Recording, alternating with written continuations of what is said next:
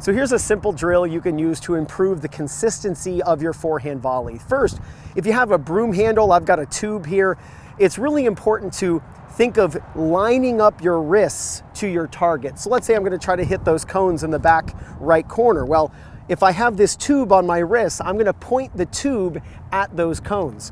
If I'm trying to hit these cones short cross court at an angle, then I'm going to line up the tube to those cones. If you think of your wrists lining up to your target, it really is going to help you be more consistent. Now, in addition, what you want to do is you then want to move your racket to that front hand. So since I'm right-handed, the left hand is my front hand. So when I turn, now I'm going to take my racket to my front hand. And I'm not going to move my front hand when I do this. I'm going to turn and line up my wrist to my target. Then I'm going to move my racket to that front hand without moving the front hand. It moves the racket toward the target, making me incredibly accurate. And if I'm going to hit to this short target here with these two cones, I line up my wrists and then I take my racket to that front hand. So watch me hit these videos and watch how I follow that exact technique in order to be super accurate.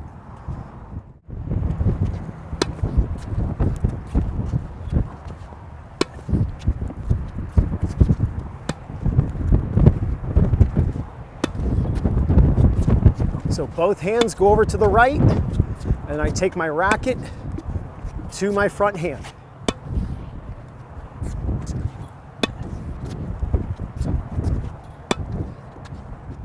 Now, if you're looking for people in your local area to practice this technique with, go to playyourcourt.com/2minutetennis. My link is in the description, or you can click on the card up on the top right.